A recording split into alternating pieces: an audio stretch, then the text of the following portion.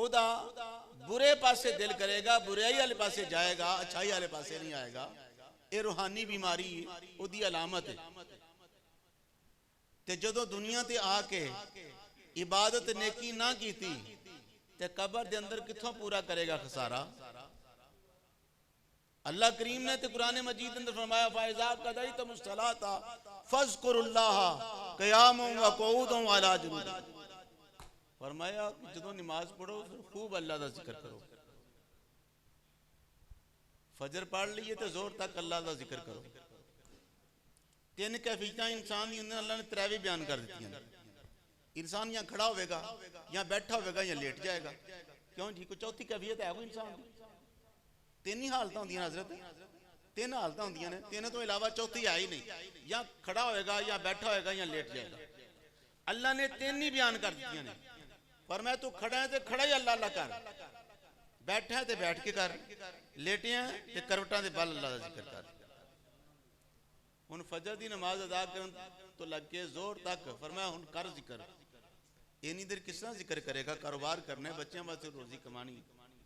जोर पढ़ लिए फरमाया असर तक कर, असर पढ़ लिए मगरब तक, मगरब पढ़ लिए इशा तक, इशा पढ़ ली तो फरमाया फजर तक। हुण फजर तक किस तरह होगा?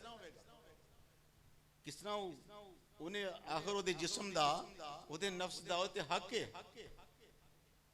जिस वक्त मुश्किल पेश आ गई तो फिर फरमाया रब्बे जुल जलाल ने फसालू अहल ज़िक्र इन कुंतुम ला तालमून।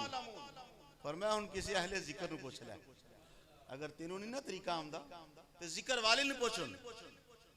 तेनों तरीका दस देंगे, फिर तेरा सुत्तियां भी जिक्र चलेगा, जागदे भी जिक्र होगा। तो जो किसी अल्लाह वाले दे कोलों पूछा ना, तो अल्लाह वाले ने आखिर ये वो मैं है जो तैयबा से मंगाई जाती है, सीनों में छुपाई जाती है। तौहीद की मैं प्यालों से नहीं नजरों नजरों से पिलाई जाती है।